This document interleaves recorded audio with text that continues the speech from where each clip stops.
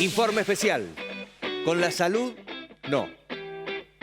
Lucía Díaz con nosotros, bienvenida. Hola Héctor, hola a todos en casa, buenas noches. Bueno, hoy nos vamos a tomar el tiempo necesario para darle lugar a este reclamo de familias, de prestadores, de transportistas vinculados a la discapacidad, porque están sufriendo un atropello por parte del Estado que no les paga. Llevan casi 60 días, Héctor, sin cobrar los prestadores sus sueldos. Imagínate que a vos no te paguen por tu trabajo y de alguna manera esto se ha naturalizado en la Argentina, estas demoras a través de las obras sociales, que llegue ese pago demorado y la situación hoy es crítica. Por eso nosotros nos hicimos eco de esto. Además, en la ciudad, en el día de ayer, hubo una manifestación, Héctor, en inmediaciones de la Plaza Centenario, donde se hizo la primera concentración y luego marcharon alrededor de la plaza hasta el municipio y también hacia la sede local de AFIP, en manera de reclamo. El hashtag con el que se vio este pedido en las redes sociales es no al ajuste de la discapacidad. Y la situación es crítica. Es tan crítica porque, como decías vos, se ha naturalizado de que ya de por sí es complejo, de que ellos tienen como algo natural que cobran cada 60 días. Ahí tienen una pérdida clara que en la economía de la Argentina estamos hablando de un promedio de entre el 6 a 7% de lo que es la inflación, así que pierden un 15% desde el vamos. Pero ahora esto se ha estirado y hace 4 o 5 meses que no cobran lo que es su plata ganada. El país está gritando por esto. Bueno, y más allá de que los prestadores no pueden percibir sus ingresos que les corresponden y que además no son los que deberían ser, sino que siempre eso es reducido, ya vamos a buscar la palabra en primera persona de alguien que se dedica a esto, tenemos que decir también que los principales afectados son las personas con discapacidad que están en esta situación de vulnerabilidad porque peligra el hecho de que puedan tener todo esto que necesitan, kinesiólogas, fonoaudiólogas, acompañantes terapéuticas y demás. Nosotros hablamos hoy en la tarde, recibimos aquí en los estudios de UniTV a una mamá en representación de todas las familias que estuvieron ayer participando de esta marcha. Gabriela es mamá de Gaspar, que es un niño de 9 años con condición autista, y ella nos explicaba un poco de qué va el reclamo, qué es lo que estuvieron pidiendo, cuál va a ser la movilización que van a hacer en los próximos días y también cómo es vivir con esta incertidumbre permanente de no saber qué es lo que va a pasar con las prestaciones de servicio que son tan esenciales. Lo primero que nos pasa como familias es que sabemos que tenemos las prestaciones con los días contados. Si bien ayer particularmente se trataba del apoyo a los prestadores porque tienen un retraso en más de 120 días en la cadena de pago y sabemos que la plata no está, necesitamos que ellos también puedan trabajar con nuestros hijos de la mejor manera. Y si a vos no te pagan cuando trabajás, es muy difícil sostenerlo. Hay amor, hay comprensión, hay contención, tienen todas las ganas de seguir trabajando, pero cuando no tenés en tu bolsillo dinero para llevar a tu casa, es muy difícil que se pueda continuar con la prestación. En el caso particular mío, son 90 días la obra social, pero también sabemos que hay las autárquicas, las de las provincias, se toman hasta 120 días. Te pagan un 30% menos de lo que dice el nomenclador nacional y encima pagan a 120 días. Entonces el reclamo es básicamente por la falta de pago y que puedan tener lo que corresponde, digamos, el ingreso que corresponde, no retaseándole los ingresos. Gaspar tiene 9 años, es un nene que tiene autismo, está diagnosticado desde los 3. Y desde los 3 años los atienden las mismas terapeutas, ¿no? Entonces, más allá del vínculo profesional, también hay un vínculo casi familiar, te diría, ¿no? Entonces, eso es lo que nos hace respaldarla, las que nos hace salir a la calle, porque a nadie le gusta salir a la calle, cortarte una calle que nadie pueda pasar, pero es la única forma que tenemos de hacer visible lo que nos pasa. La ley de discapacidad que nosotros tenemos vigente es una muy buena ley, si se cumple, si todos cumplieran su parte, si el Estado cumpliera su parte, si las obras sociales cumplieran su parte, sería espectacular. Está bien, digamos que proponen una nueva ley basada en el modelo social de la discapacidad, bueno, donde consideran que las personas son sujetos de derechos, pero ¿qué pasa? Cuando cumplen la mayoría de edad, nos quedamos sin prestaciones. Y ahí hay un un gris oscuro, te diría yo, donde nadie te dice esto va a ser así o esto es así. Después de eso, bueno, sabíamos que se estaba gestando algo nuevo respecto de las prestaciones y de la ley de discapacidad. Y yo recibí a principios de julio un documento que es un proyecto de un DNU, ¿sí? Donde dice que el fondo actual, el Fondo Único de Redistribución, se va a cambiar, que ya no van a ser más el fondo el que le va a pasar a las obras sociales las transferencias para que las obras sociales paguen a los prestadores, sino que va a empezar a manejar una parte de esos fondos, se va a denominar de otra manera, y eso lo va a empezar a pagar ANDIS. ANDIS es la Agencia Nacional de Discapacidad, que es la que está promoviendo, llevando adelante la nueva ley. Bueno, a partir de eso se encendieron todas las alarmas, porque en principio lo que se decía era que todo lo que tenía que ver con educación y con transporte lo iba a manejar ANDIS, y todo lo demás lo iban a manejar las obras sociales. Después sale a la luz que todo esto fue un pedido de la CGT. Desde el Estado dicen que es la AFIP la que no libera los fondos para el pago de los prestadores. Claro, la Superintendencia de Salud tiene en su página oficial, en la web oficial, dice que no hay ningún problema de pago. Lo que está haciendo la AFIP retiene esos fondos y que los van a empezar a ir pagando en la primera quincena de septiembre. Sabemos que eso implica que el 15 de septiembre van a estar pagándole recién a las obras sociales y a partir de esa fecha las obras sociales a los prestadores. Pero es como que juntan los fondos de agosto y los fondos de septiembre, unifican para poder pagar en agosto las prestaciones que hicieron en mayo, junio, cada uno de los profesionales, ¿no? Bien, pese a todo esto y a que se han movilizado desde el sector, digamos, de los prestadores y de los transportistas, siguen trabajando, siguen prestando sus servicios y cumpliendo con sus tareas. Sí, ellos siguen trabajando, siguen atendiendo a nuestros hijos, siguen transportándolos, las sesiones se realizan.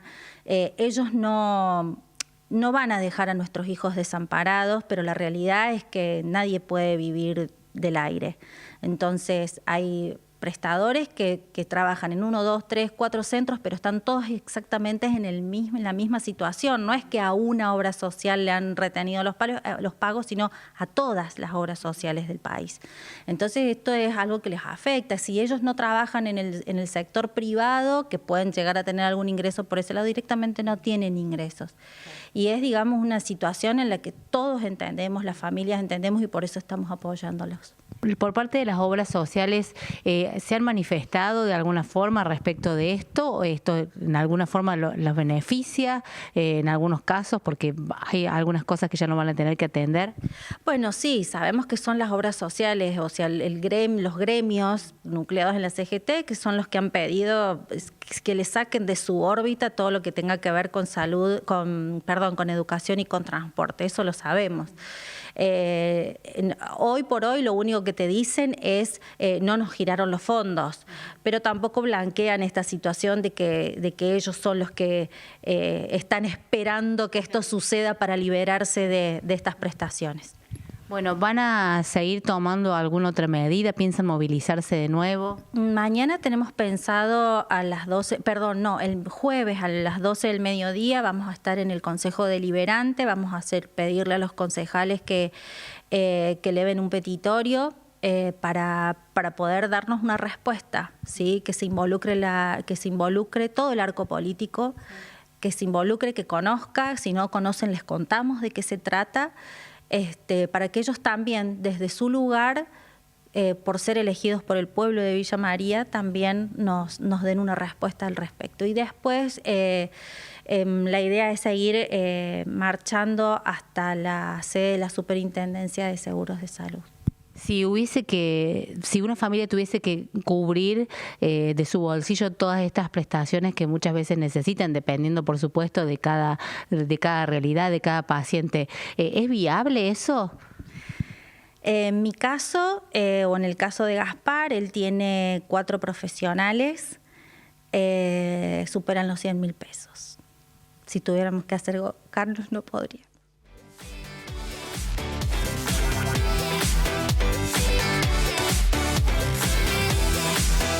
La cobertura médica frente a una discapacidad es un derecho adquirido por los argentinos. Por lo tanto, no están pidiendo nada más que se cumpla con la ley que existe. Claro, como bien lo decía Gabriela, ¿no? La ley está bien hecha en los papeles, pero a la práctica ni el propio Estado la cumple y se hace muy difícil para estas familias que ya, además de tener esta situación que es compleja, de tener o la persona con discapacidad que es adulta o aquella familia que tiene en su seno un niño, una niña con discapacidad, además de todo lo que significa eso, tiene que también lidiar con toda la burocracia. Todo esto comienza también, en realidad comienza con el gobierno anterior. Sí. Hubo problemas con Macri, luego se acentuaron con la pandemia. En el 2020 no recibieron un aumento, por lo tanto están muy retraídos con respecto a aumentos que recién lo recibieron el año pasado. Así es. Bueno, y hoy, Héctor, tuvimos prácticamente todo el día tratando de conseguir la palabra de algún prestador o una prestadora de estos servicios que pudiera hablar con nosotros y contarnos en primera persona lo que están padeciendo. Y era muy difícil. ¿Por qué? Porque estaban todos trabajando, Héctor, porque como bien lo decía Gabriela, no van a dejar a los chicos desamparados porque hay una vocación, hay un compromiso con esta tarea y por lo tanto ellas estaban todas trabajando, ellas y ellos todos trabajando. Así que hemos logrado contactarnos con Valeria Gili. Ella es kinesióloga, es fisioterapeuta y va a conversar con nosotros un poquito para ponernos en autos de lo que está realmente viviendo este sector. Valeria, gracias por atendernos. Héctor Farías y Lucía Díaz te saludamos. Muchas gracias, Héctor y Lucía, por recibirnos.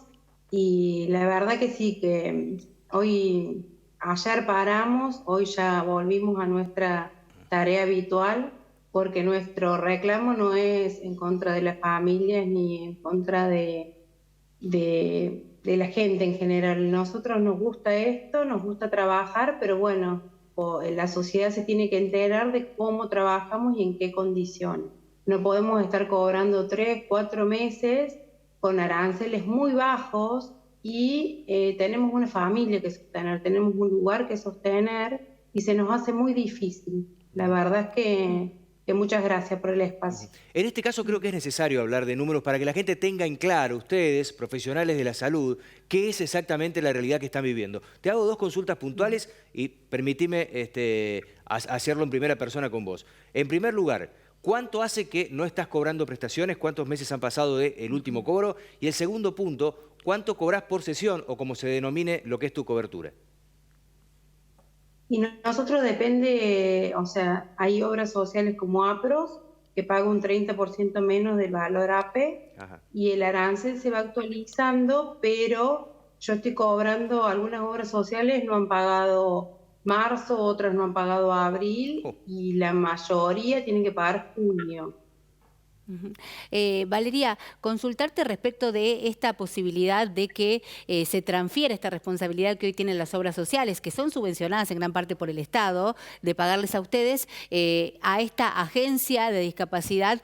Todavía no hay nada certero, es un rumor, ustedes están abriendo el paraguas, para usar una frase popular, respecto de lo que podría llegar a pasar, ¿o ya tienen confirmación de que eso va a ocurrir?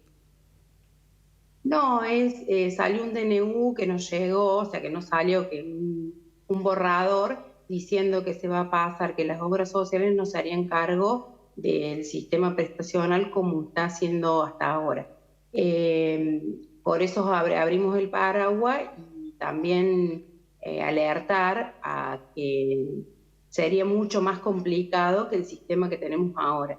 Ahora por lo menos uno entrega la factura a la obra social la envía a la superintendencia envía los fondos y tenemos atraso, pero el pago llega y tenemos a quién reclamar.